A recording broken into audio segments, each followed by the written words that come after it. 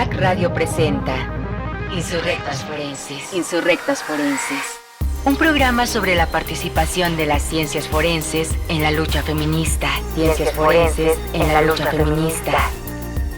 Sobre cómo entendemos los procesos de justicia desde las ciencias forenses, desde una perspectiva de género y derechos humanos. Somos mujeres despatriarcalizando las ciencias forenses.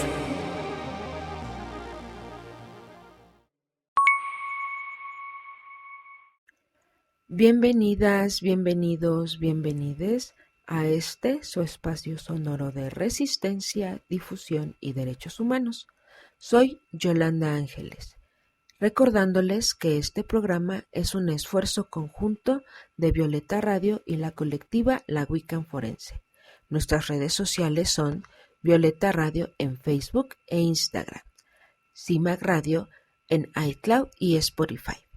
La página de internet www.violetaradio.org y las redes sociales de la colectiva La Wiccan Forense son para Facebook La Wiccan Forense y para Instagram La Wiccan Forense Oficial. No lo olviden, su opinión es importante para nosotras, por lo que si tienen algún comentario u opinión sobre este u otro episodio, pueden escribirnos a lawiccanforense@gmail.com. Hoy cerramos un bloque de 3 episodios cuya temática ha abordado la relación que existe entre las ciencias antropológicas y las ciencias forenses. Esta serie de episodios inició con la descripción de la labor de la antropología social y la etnología en la construcción del análisis de contexto. Posteriormente, hablamos sobre la labor de búsqueda de personas en campo y de excavación de contextos forenses que hace la arqueología dentro de esta rama. Y por último, en este episodio, hablaremos sobre la antropología física forense. Para ello, iremos con nuestra querida Mayra Ortiz, quien nos dará una introducción sobre qué es la antropología física, para culminar con una conversación con la perita independiente, docente e integrante de Topos México, Laura Corrales, sobre lo que hace la antropología física en el ámbito forense. Así que no le cambies, pues ya inició Insurrectas Forenses.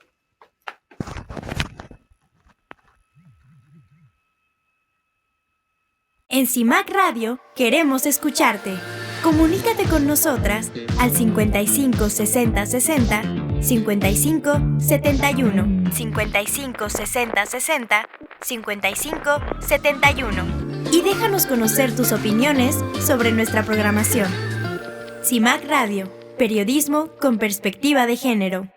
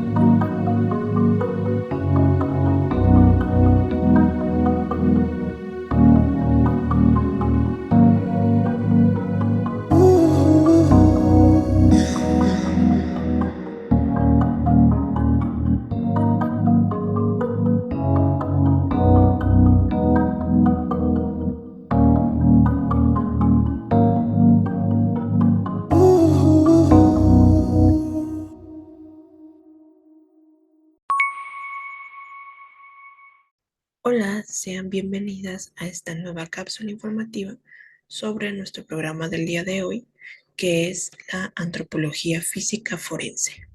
Y bueno, para empezar, ¿qué es la antropología física? Según el programa de estudios de la Escuela Nacional de Antropología e Historia, que imparte esta carrera desde 1941, nos dice que la antropología física tiene como su objeto de estudio la variabilidad humana, tanto en poblaciones antiguas como en poblaciones contemporáneas. Asimismo, estudia el proceso evolutivo de la especie humana, así como las condiciones de vida y de salud de las poblaciones pasadas y actuales por medio de estudios osteológicos, es decir, de la composición y la estructura de los huesos, tejido óseo y el esqueleto. Por otro lado, la antropología física también echa mano de los estudios semiológicos, los cuales son utilizados para estudiar las características físicas de las poblaciones humanas, información que complementa el análisis sobre los pueblos y las poblaciones a considerar aspectos sociales, culturales y de comportamiento. También toma en cuenta la variabilidad derivada de la carga genética y la interacción con el medio. Es así que el estudio de la antropología física nos ayuda a entender la variabilidad biológica, que contribuye a la comprensión del fenómeno humano como proceso con diversas expresiones a partir de contextos espacio-temporales, biológicos, ecológicos, sociales y culturales dinámicos, lo que nos permite entender problemas de relevancia social como lo son los casos en el ámbito forense, los cuales están inmersos en controversias legales que por medio de procesos científicos tratan de determinar las condiciones en las que los restos humanos con o sin tejido fueron encontrados y que son presumiblemente producto de un crimen o grave violación a los derechos humanos. Es así que la antropología física aporta el entendimiento del desarrollo humano a lo largo de su historia, ayudando a comprender los procesos biológicos, adaptativos y de variabilidad que como especie hemos vivenciado. Bueno, y hasta aquí llegamos con nuestra cápsula informativa del programa del día de hoy. No olviden que estamos en Insurrectas Forenses, un esfuerzo conjunto entre Violeta Radio y la colectiva La Wiccan Forense. Yo soy Mayra Ortiz y esta fue nuestra cápsula informativa. Quédense para ver el resto del programa que hemos preparado para ustedes. Muchas gracias, Mayra, por esta breve introducción sobre la antropología física. Ahora, acompáñenos a conversar con Laura, quien es antropóloga física en el ámbito forense. Laura Corrales Blanco es maestra en antropología física por la Escuela Nacional de Antropología e Historia, especialista en antropología forense por la Universidad Complutense de Madrid y diplomada en perfilación criminal por el Instituto de Criminalística Forense de Estados Unidos. En 2023, su tesis de maestría fue galardonada con el premio a Mejor Tesis INA. Actualmente es doctoranda en antropología física y perita independiente. En campo, Laura ha trabajado en búsqueda de personas desaparecidas en la Brigada de Rescate Topos.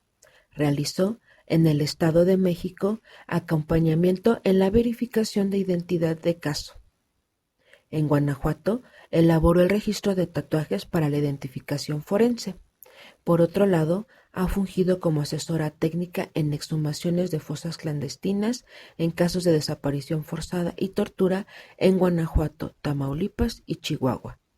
Como divulgadora, ha trabajado fichas ante y post-mortem, el restablecimiento del perfil biológico y el tatuaje como herramienta para la identificación forense. Hola Laura, muchas gracias por acompañarnos hoy.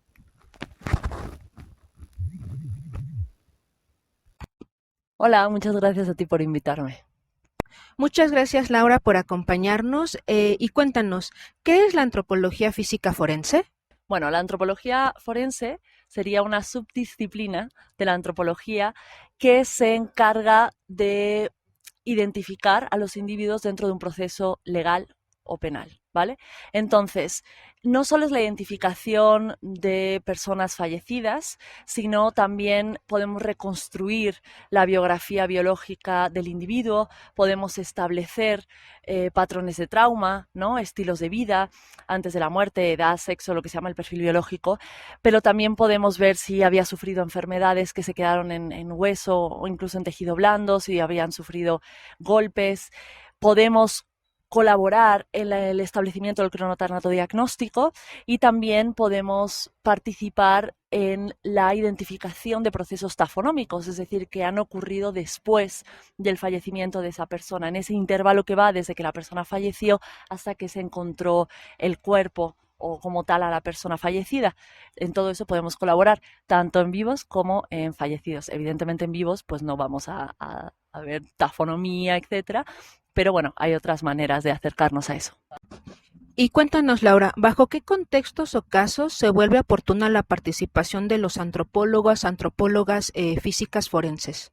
Pues depende mucho, como que la gente cree muchas veces que los antropólogos o antropólogas forenses solo nos dedicamos a la identificación de sujetos ya fallecidos, pero en realidad también podemos identificar sujetos vivos. Entonces, dependiendo un poco de en qué instancia estemos trabajando, para qué institución estemos trabajando, nuestra labor será diferente. En cuanto a, por ejemplo, los sujetos vivos, podría ser, imagínate que aparecen las cámaras de seguridad, ¿no?, de algún lugar y se necesita identificar a esa persona, entonces nosotros podemos participar en esa identificación por numerosos métodos, ¿no? Podemos hacer estudios, por ejemplo, que nos den datos sobre qué tipo de persona o qué perfil tiene la persona que estamos viendo y de ahí identificarla. Yo que me encargo mucho de estudiar tatuajes, por ejemplo, pueden llegar vídeos o se tiene que analizar alguna imagen en la que aparece una persona que tiene tatuajes y que posiblemente la persona contra la que hay que contrastar esa información podría haberse tapado ese tatuaje, entonces tenemos que hacer esa investigación y cuando estamos hablando de contextos de muerte, pues prácticamente es establecer el perfil de esa persona y de nuevo, dependiendo de dónde trabajes, se te pedirá más o menos información, pero al final todo lo que hagamos va a formar parte de una carpeta de investigación donde van a actuar otros científicos forenses y la idea final es identificar a esa persona, a ese sujeto para poder repatriarlo y ser devuelto a sus familiares. Oye, Laura, escuchándote como que me queda duda, justo siempre nos vamos al lado donde pensamos que la antropología física forense ubica a estas personas que ya no están con nosotros. Pero cuando tú hablas de identificación de personas vivas, ¿en qué procesos o en qué tipo de procesos legales es que estás buscando estas personas vivas? Pues es que son procesos muy amplios, porque, por ejemplo, hay muchos estudios que ya se han hecho en Escocia, en Dundee, en la Universidad de Dundee, donde incluso los antropólogos están investigando cómo es el patrón de las venas, por ejemplo, para identificar personas, ¿no? Entonces, ¿cómo puede ser esto? Pues se ha robado en un lugar o se ha asesinado a alguien, ¿no? Y la única o el único dato que tenemos de esa persona es un vídeo, una fotografía de su mano donde podemos ver el patrón venoso. Pues de ahí podemos sacar esa información, ¿no?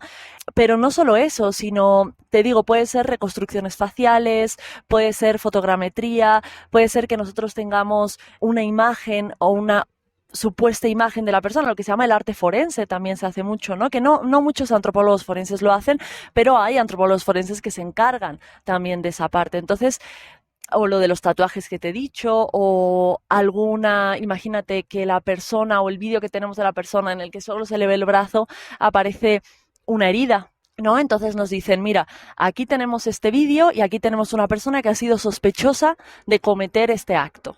¿Es la misma persona?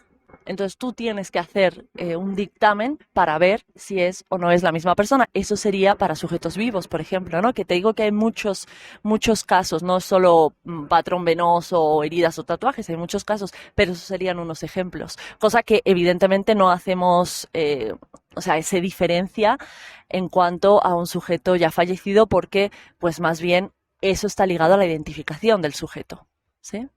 Bajo esos contextos, ¿cómo es que se vuelve oportuna la participación de los antropólogos forenses? Porque al final estos equipos de científicos forenses en general que hacen dictámenes colegiados, que son dictámenes además multidisciplinarios, pues cada uno tiene una especialidad diferente, ¿no? Entonces el médico legista, por ejemplo, el médico forense, se va a encargar, oye, pues causa de muerte, ¿no? Cosa que no haría el antropólogo forense. Como que cada uno tiene un poquito su rango de acción. ¿Cómo va a llegar el antropólogo forense? Depende del país, depende del lugar. Por ejemplo, en Europa la corriente del antropólogo forense es que normalmente es un médico forense que a lo mejor puede tener una especialización o viene más de la parte de la biología, ¿no? Entonces están incluso mucho más ligados a cuestiones de restos óseos. Pero en México, por ejemplo, en América en general, ¿no? Sobre todo yo diría que en Latinoamérica y tal, yo me voy a centrar solo en México, el antropólogo forense puede participar en todo el proceso, no necesariamente necesitamos huesos, sino que puede participar desde el momento de la muerte, ¿no? Desde que se hace el levantamiento. ¿Por qué? Porque ¿cómo se mete un antropólogo forense en esto? Participando desde la propia búsqueda, ¿no? Incluso desde la planeación de la búsqueda ya están metidos ahí, junto con, o debería ser, junto con los arqueólogos, ¿no? Junto con los criminalistas. Entonces están desde las primeras etapas. Su parte más fuerte siempre va a ser la etapa de laboratorio, ¿no?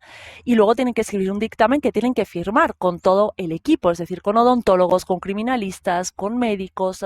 Este informe, que es multidisciplinario, es el que luego digamos, llega a las instancias superiores y ya se ve lo que se hace, ¿no? Si se ha logrado identificar o no. Recuerda que para los procesos de identificación de personas fallecidas tenemos la parte AM y tenemos la parte PM, ¿no? La antemortem y la postmortem. Entonces, en la antemortem, bueno, quizá el antropólogo forense no participe tan activamente, o a lo mejor en algunas partes sí, pero en otras no, dependiendo de la zona. Pero en la postmortem, que es toda esa información que se da tras todos los exámenes, necropsia de ley, los exámenes de odontología forense, antropología para establecer perfiles biológicos, etcétera, ADN, ¿no? O dactiloscopia, ahí él entra, el antropólogo o la antropóloga entra de lleno.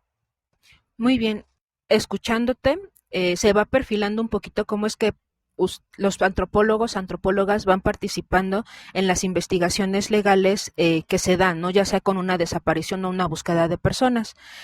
En este punto se van configurando un poco lo que se nombra peritajes. En ese sentido, ¿en qué consisten los peritajes hechos desde la antropología física forense? Pues es que hay diferentes peritajes, ¿no? O sea, puede haber un dictamen que está hecho desde la institución, si el antropólogo o la antropóloga trabajan como tal en una institución forense, en un servicio médico forense, en una fiscalía, hará un dictamen colegiado. Pero luego hay tipos de peritajes que son peritajes independientes, es decir, son antropólogos y antropólogas que se contratan, digamos, de manera independiente. ¿Por quién? Pues pueden ser por colectivos, por familiares, por lo que sea, que no trabajan directamente con la fiscalía, pero se les pide como un peritaje para pues contrastar información, para ampliar la información, o porque a veces las familias no se fían al 100% de los peritajes o de los dictámenes que se han hecho desde las instituciones y entonces quieren como un backup de alguien independiente, ¿no? Entonces habría como esas dos líneas. Y lo mismo, varían muchísimo. Hay peritajes en los que tú puedes colaborar prácticamente desde el análisis de contexto, pero eso solo lo puedes hacer si aparte de antropólogo sabes cómo hacer un análisis de contexto, que puede implicar también la búsqueda de personas, que puede implicar estar con los arqueólogos en la fosa, o pueden ser peritajes de tú estando simplemente en un laboratorio, ¿no? En tu CEMEFO, por ejemplo, o en un laboratorio forense, analizando unas muestras que te han dado para saber, yo qué sé, rango de edad o sexo de la persona o lo que sea. Entonces es muy amplio. Cada peritaje, cada dictamen se va a condicionar a los requerimientos que necesita cada individuo, ¿no? O al menos debería ser así. Y desde tu experiencia, ¿hay diferencias cuando haces un peritaje desde, por ejemplo, fiscalías o instituciones gubernamentales o un peritaje de manera independiente? ¿Y cómo se solicitan estos peritajes? Sí, claro, hay diferencias en el sentido de que al final cuando tú tienes el peritaje independiente, es decir, tú has sido contratado como un perito independiente, digamos que todo recae sobre ti, es decir, tú estás en constante conversación con las autoridades, con los familiares, con quien te haya contratado, pero también con las diferentes partes, ¿no? Porque no es que te contrata un familiar y ya la fiscalía no está involucrada. Muchas veces se está teniendo conversaciones con la fiscalía, vamos de la mano con esa fiscalía en el sentido de, oye, pues el MP tiene que mandar ciertos documentos o te tienen que hacer llegar a ti la carpeta de investigación que ellos habían abierto para que tú la revises y veas qué puedes hacer, etcétera. O sea, hay una comunicación continua, pero ¿cómo se llega, por ejemplo, a hacer estos peritajes, normalmente, imagínate, un colectivo tiene a su perito, a su perita o varios peritos de confianza, ¿no? Y les dicen, oye, está este caso. Entonces ellos se encargan con los familiares de abrir las instancias necesarias y el perito se va, decimos, introduciendo dentro de estas conversaciones y de estas reuniones, y luego, evidentemente, pues hay que hacer oficial, entre comillas, ¿no?, que el perito vaya a trabajar o vaya a hacer un peritaje destinado a este caso. Entonces lo que hace es que pues tiene que llevar al MP, pues ya sabes, o sea, toda tu cédula, toda tu información, ¿vale? Y se te tiene que integrar en la carpeta de investigación. Una vez que estás integrado como perito independiente en una carpeta de investigación, ya puedes formar parte de esa investigación y tú pues vas un poco planeando, digamos, qué hacer en función de lo que tú puedes ver en esos dictámenes que ya se han hecho o que no se han hecho, ¿no? En función de las necesidades, y luego cuando llega el día, pues tú vas, haces tu trabajo y luego tú tienes unos entregables, que normalmente es un dictamen, ¿no? Es un dictamen que está firmado, evidentemente, y que en algún momento puede llegar incluso a juicio si se necesita. Escuchándote, pues mencionaste que están los arqueólogos, arqueólogas trabajando contigo, también antropólogos sociales en el análisis de contexto, pero cuéntanos, Laura, en campo, ¿con quiénes trabajas y qué labores específicas realiza un antropólogo físico forense? Pues de nuevo depende. Depende, por ejemplo, de si tú trabajas para una institución. Depende de la institución, o sea, cada estado a lo mejor tiene ciertos equipos que otro estado no tiene. O como perito independiente, a lo mejor pues estás tú de antropóloga, tu compañera, en este caso yo trabajo siempre con una compañera, también como antropóloga, pero no tenemos ningún arqueólogo, ¿no?, que trabaje con nosotros, o a veces sí, o sea, va a depender muchísimo. Muchas veces los equipos que están integrados, por ejemplo, cuando se va a abrir una fosa, ¿no?, a veces se cuenta con arqueólogos, a veces no. Cada vez hay más arqueólogos que están metidos dentro de estos procesos y que se están contratando, pero esto hace unos años no ocurría. Entonces recaía mucho en el antropólogo, que evidentemente no tenemos ni el ojo del arqueólogo, ¿no?, ni tenemos la habilidad, que sí la hemos tenido que desarrollar en cierta manera para hacer nuestro trabajo, pero no somos arqueólogos. Entonces, en campo puedes ver, por ejemplo, que ahora van arqueólogos, van antropólogos forenses, pueden ir, por ejemplo, criminalistas, por supuesto. Si haces búsquedas con las caravanas o con las madres buscadoras, pues también los perfiles cambian, ¿no? O sea, es que depende muchísimo de dónde estés, de qué estado estés, del contexto en el que estás trabajando. Entonces no hay como una fórmula específica que yo te pueda decir, pero el antropólogo básicamente podría estar, te digo, desde... Nosotros hacemos análisis de contexto también, ¿no? Y muchas veces dicen, eso lo hace más un antropólogo social. Bueno, a veces nosotros no tenemos antropólogos sociales a los que pedir que colaboren con nosotros, o los presupuestos están... Entonces, ¿qué hemos hecho? Nos hemos formado y hemos aprendido a hacer análisis de contextos.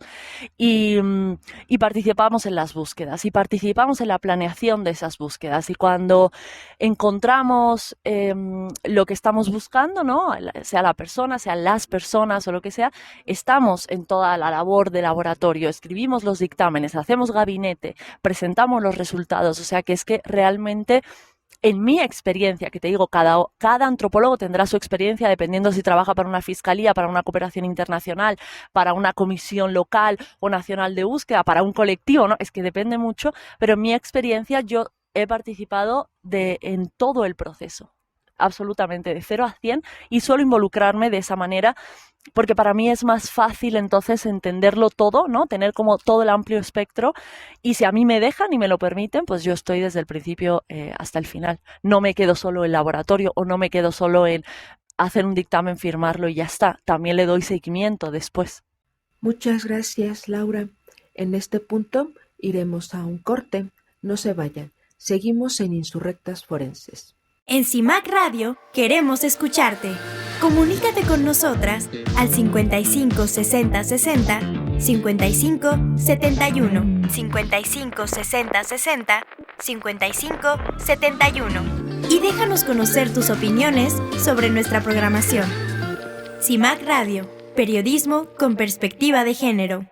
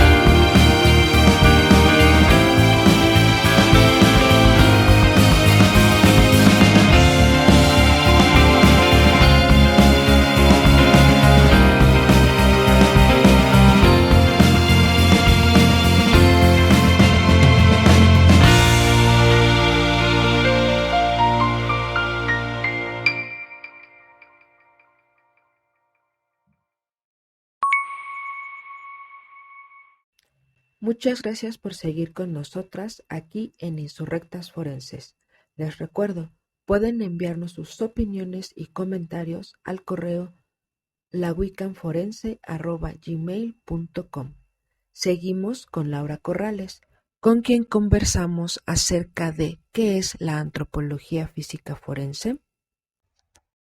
Y últimamente se ha hablado mucho de que los peritajes hoy día deben incluir una perspectiva de género. En ese sentido, Laura, primero, ¿es factible incluir la perspectiva de género en un peritaje? Y segundo, ¿cómo tú reconoces, ubicas que dentro de ese peritaje sí se está realizando o se está aplicando la perspectiva de género? Bueno, a ver, yo creo que este es un tema muy interesante y muy complicado de responder, porque de nuevo, lo que yo haya visto o lo que yo haya experimentado no tiene nada que ver con lo que puede experimentar un compañero mío en otro estado, ¿no?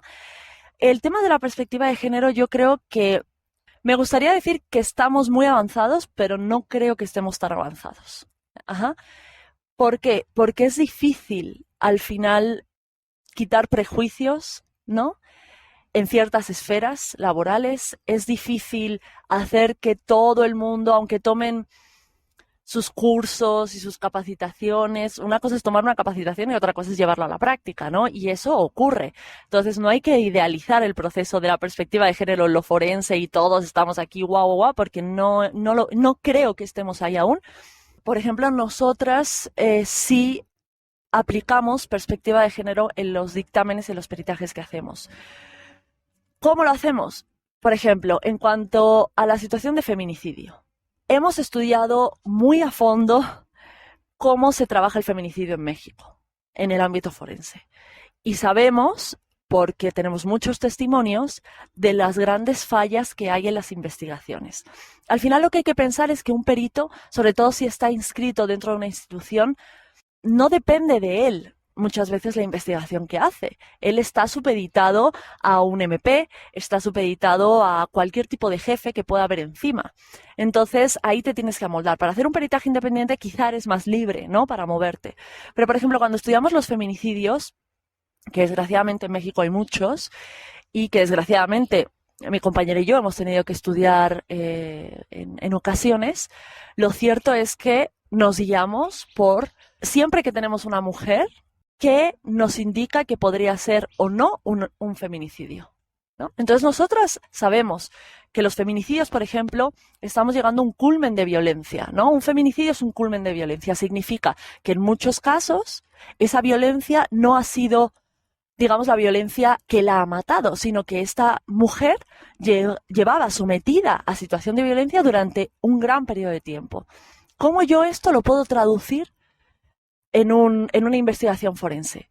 Pues voy a ver si, por ejemplo, los restos, imagínate que solo quedan huesos, ¿no? Bueno, tenemos evidencia de que haya fracturas antemortem que consolidaron bien o consolidaron mal, pero que nos están hablando de un patrón de violencia que se ha perpetuado a lo largo del tiempo. ¿Cómo podríamos ver eso? Pues a lo mejor hay algunas fracturas que están totalmente consolidadas, que nos están diciendo que el hueso se soldó hace ya tiempo y que esa fractura se llevó a cabo hace ya tiempo, ¿no? Pero también podemos tener fracturas que a lo mejor no se llegaron a consolidar del todo, están más cercanas al momento de la muerte. Tú puedes decir, oye, Laura, sí, pero esta persona se pudo caer por las escaleras realmente, ¿no? Y no la pegaron. Claro, pero nosotros sabemos, porque hay atlas de violencia doméstica y que nosotros revisamos, ¿no? Y hay muchos, claro, artículos científicos sobre dónde están ubicadas en mayor proporción, por ejemplo, estos golpes, y nosotros podemos empezar a interpretar por contexto, o sea, encontramos patrones, ese es el tema, ¿no? No porque veamos una fractura de, yo qué sé, en el brazo ya es violencia doméstica, no, pero sí hay patrones que nos están hablando de que ha habido una violencia perpetuada en el tiempo, ¿no? O que, por ejemplo, hay muchos patrones de defensa. Cuando a ti te van a pegar, muchas veces tú te intentas defender y entonces hay patrones que se ven, por ejemplo, en el antebrazo, ¿no? Cuando tú intentas frenar golpes, o se sabe que en violencia doméstica las mujeres reciben muchos golpes en la nariz, ¿no? Hay muchas fracturas de nariz, también en la zona de la boca, pero también reciben muchos golpes, por ejemplo, en las costillas, reciben golpes en el estómago, que a lo mejor ahí al no haber hueso, si no tienes ya tejido blando es muy difícil de ver, pero incluso podemos ver si hubo sangrado, ¿no? Sangrado profuso que nos podría decir, oye, pues en esta zona abdominal hemos encontrado, yo qué sé, en una mujer que está momificada, ¿no? Hemos encontrado muchísimo sangrado, pues a lo mejor ahí hubo, yo qué sé, se le pudo romper el bazo. Por eso también estamos con los médicos forenses, porque yo no puedo decirte lo que pasó ahí, pero un médico forense puede hacer esas inferencias, ¿no? Hay muchas veces, y dentro de esta investigación de feminicidios también se considera que la víctima ha podido estar incomunicada, ha podido estar, por ejemplo, maniatada, ¿no? Entonces, ¿qué pasa cuando nosotros tenemos una víctima que es mujer, que la vemos que ha sido golpeada, que ha sido violada, por ejemplo? Porque la violencia sexual evidentemente también está muy relacionada, que tiene golpes, que tiene marcas, que tiene quemaduras, lo que sea, y además vemos que tiene evidencias de que ha sido maniatada. Ahí, eso también nos da otras pistas, ¿ves? Entonces es como ir descartando, pero eso es aplicar perspectiva de género también. Es decir, vale, yo tengo una mujer, yo estoy viendo esto, yo tengo que aplicar mi protocolo de feminicidio. Evidentemente hay cosas que yo como antropóloga no voy a poder saber, no voy a poder saber si la víctima estaba incomunicada, porque a lo mejor el policía de investigación no me lo cuenta, ¿sí? Pero yo sí puedo saber si hay marcas de que estuviese maniatada, si hay marcas de que la torturaron. Normalmente la violencia ligada al feminicidio tiene un patrón de daño, digamos, muy diferente al de un homicidio, ¿sí? Normalmente hay, bueno, no sé cómo se diga en México, pero yo digo, se ceban, ¿no? O sea, como que hay mucha saña contra ese cuerpo. Sí, podemos ver, por ejemplo, no solo violaciones, sino mutilación de pechos, mutilaciones genitales, ¿sí? En glúteos, y todo eso nos está dando información sobre qué tipo de violencia ha sufrido esta mujer. Eso es aplicar perspectiva de género. Y entonces tú luego comentas que cuando hay como capacitaciones, una cosa es capacitarte y otra cosa es aplicar la perspectiva de género. Con todas estas herramientas, ¿has encontrado resistencia cuando presentas un peritaje con perspectiva de género? En mi caso personal, no. No he encontrado resistencia. La verdad es que no. En ningún caso. Pero yo supongo que ahí fuera sí hay. Es que es a lo que te digo, ¿no? O sea, todos tenemos nuestros prejuicios, somos seres humanos, ¿no? Y esos prejuicios no solo son, por ejemplo, en el término de la perspectiva de género, también es en la criminalización de ciertos grupos, ¿no? Por ejemplo, yo que me especialicé en tatuajes, hay mucha criminalización de tatuados dentro de los servicios médicos forenses.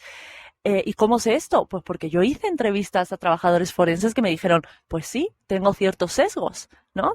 Y siempre que me entra una persona, un hombre, porque no vamos a hablar ahora de mujeres, siempre que me entra un hombre que tiene una santa muerte tatuada y que tiene un perdón madre por mi vida loca, ya automáticamente supongo que es un criminal. Es que es difícil quitar esos patrones de la cabeza, ¿no? Yo te puedo dar una clase de 5 horas diciéndote por qué no deberías criminalizar a los tatuados o por qué deberías aplicar perspectiva de género, pero tú vienes con un bagaje cultural, un bagaje familiar, un bagaje personal que quizás esté muy marcado y a ti te pueden decir misa y tú puedes decir, bueno, no creo y no lo aplico porque no quiero. O puedes intentar aplicarlo y que no te salga. O es que claro, depende de la persona, ¿no?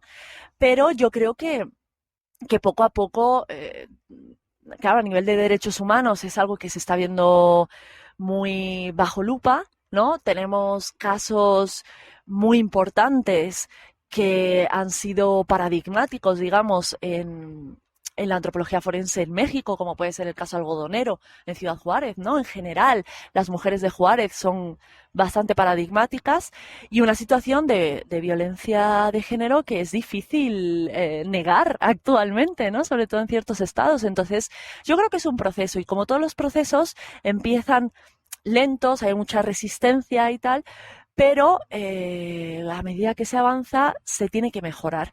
Yo cuando te digo que sé que a veces no ocurre es porque esto también lo tienes, por ejemplo, en la prensa, ha salido, ¿no?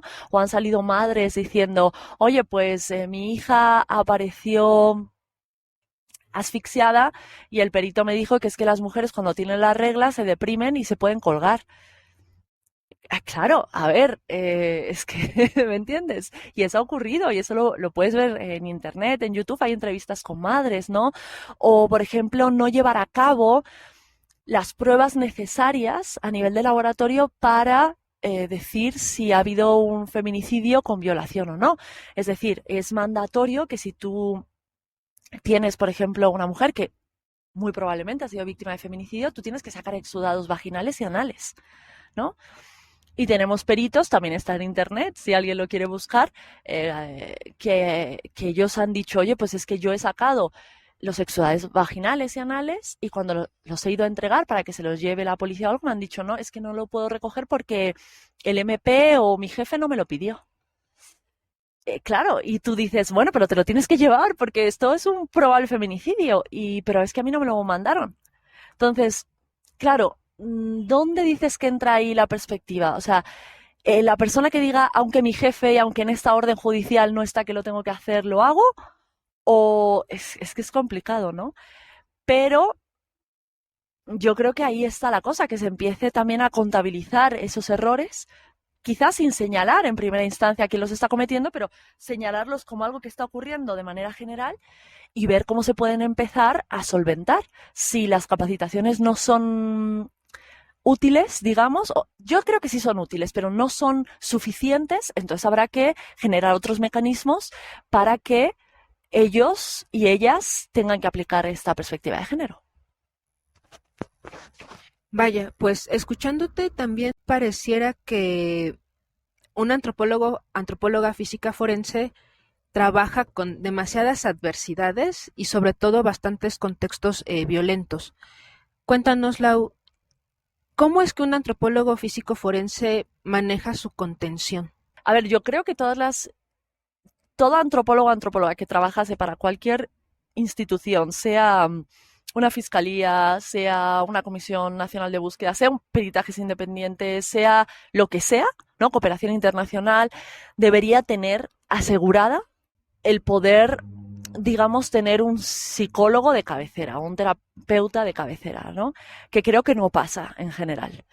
Yo en lo personal tengo a mi terapeuta, pago de mi bolsillo, ¿no? Nadie me lo va a poner, pero yo lo tengo porque todos los que estamos involucrados en este tema, al final estamos día tras día, tras día, tras día, viendo contextos de mucha violencia.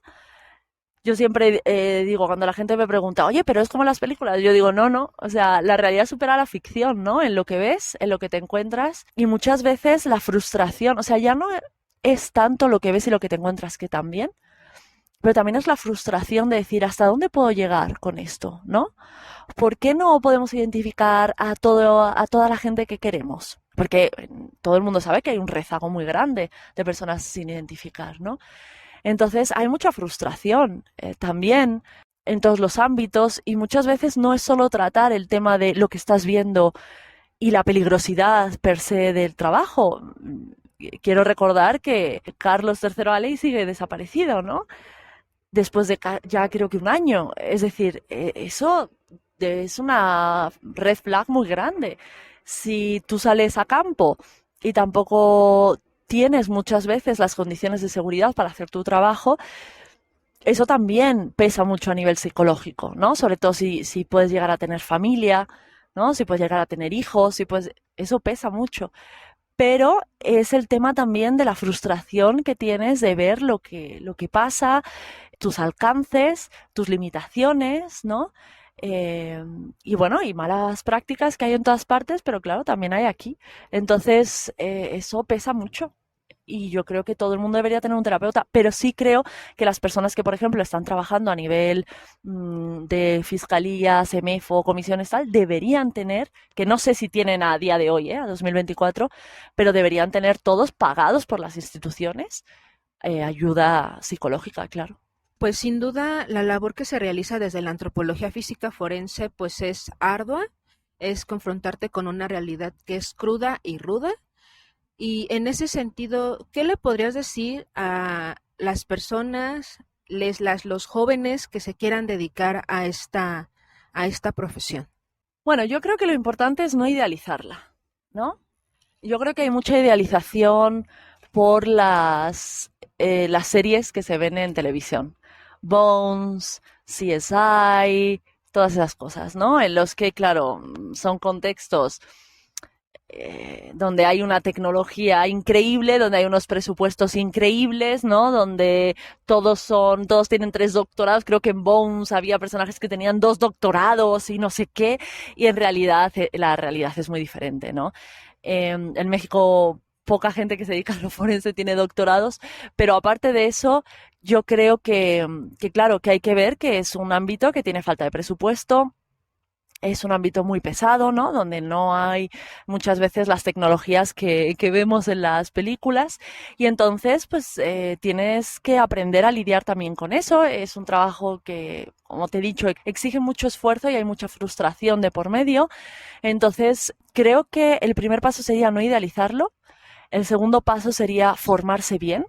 Y formarse bien para mí, en lo personal, porque hay mucha gente que no lo piensa así, pero para mí sería hacer una licenciatura en antropología física, hacer una especialidad en antropología física. La ENA ofrece su especialidad en antropología física, hacerlo siempre por instituciones, vamos a decirlo, que no sean pato, ¿no?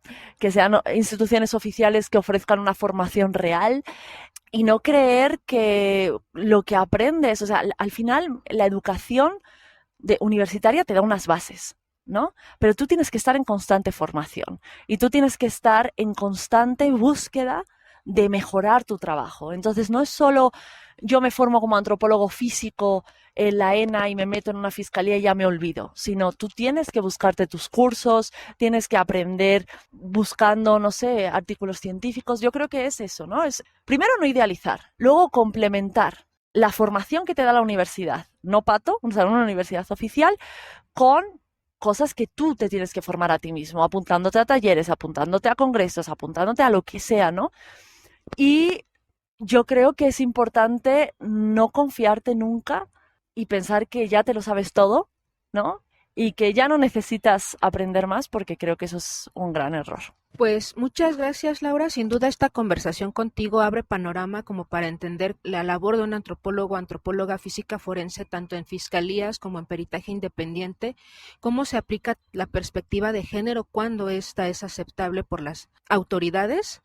Y para cerrar, ¿te gustaría dejar algún comentario? ¿Cuáles serían tus últimas palabras de esta entrevista? Pues yo le diría sobre todo a los familiares que tienen algún ser querido desaparecido o que no saben cuál es el siguiente paso, ¿no? Que se acerquen a los colectivos. Si no quieren formar parte de un colectivo, que por lo menos hablen con ellos para saber cuáles son los siguientes pasos. Los colectivos suelen tener peritos y peritas independientes que son de su confianza, ¿no? Y entonces se puede por ahí establecer conexiones. También la comisión de víctimas también puede pagar por ciertos peritajes, ¿no? Cuando, bueno, se tienen que rellenar o cumplir unos requerimientos, pero están esas ayudas, porque hay mucha gente que piensa que no se puede acercar a estos grupos o no se puede acercar a los peritos independientes porque no tienen dinero, no tienen los recursos suficientes. Bueno, siempre hay maneras, ¿no? Entonces, ante la duda, acercarse a los colectivos. Están los equipos de antropología independientes, entrevistasteis a Roxana, ¿no? Hace poco, bueno, el EMAF. Al final todos estos grupos y equipos están conformados por personas que han salido también de la ENA o de la UNAM o de otros centros, pero lo importante es la labor que hacen. Entonces, no tener ese miedo a acercarse. Si alguien quiere saber más, pues puede meterse en internet, hay muchos artículos, ¿no? Yo recomendaría páginas como ResearchGate o Academia para que busquen y quizás se puedan informar más si les apetece ser o no ser antropólogos. Hay muchos recursos. Pues muchísimas gracias por tus palabras, tu orientación y tu expertise en estos temas. Muchas gracias, Laura. Hasta luego. Muchísimas gracias por acompañarnos a lo largo de todos los episodios del programa y en particular en esta sección de 3 episodios sobre la relación que existe entre la antropología y las ciencias forenses. Muchísimas gracias. Nos escuchamos dentro de 15 días. Les acompañó Yolanda Ángeles y esto fue Insurrectas Forenses.